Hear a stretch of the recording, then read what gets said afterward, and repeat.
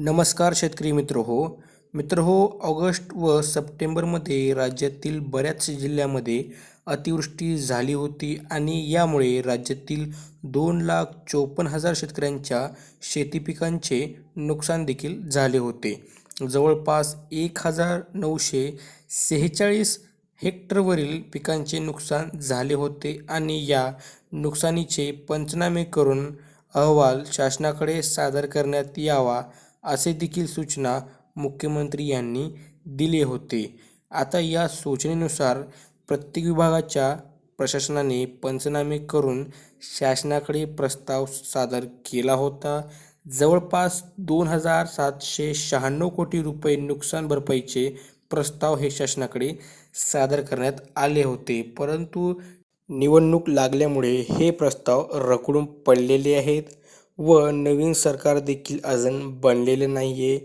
त्यामुळे शेतकरी देखील 2,700 कोटी रुपयेच्या प्रतीक्षेमध्ये आहेत. तर कोणत्या जिल्ह्यासाठी किती नुकसान भरपाई आहे ते मित्रांनो आजच्या व्हिडिओमध्ये आपण पाहणार आहोत.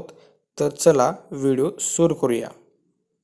बीड जिल्हा 520 कोटी नुकसान भरपाई शेतकरी प्रतीक्षेमध्ये आहेत. नांदेड जिल्हा 812 कोटी नुकसान भरपाई. जालना जिल्हा 412 कोटी. हिंगोली जिल्हा 419 कोटी.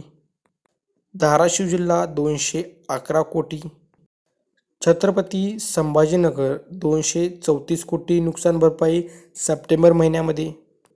वर्धा जिल्हा 2,83,00,000 नुकसान भरपाई सप्टेंबर महिन्यासाठी.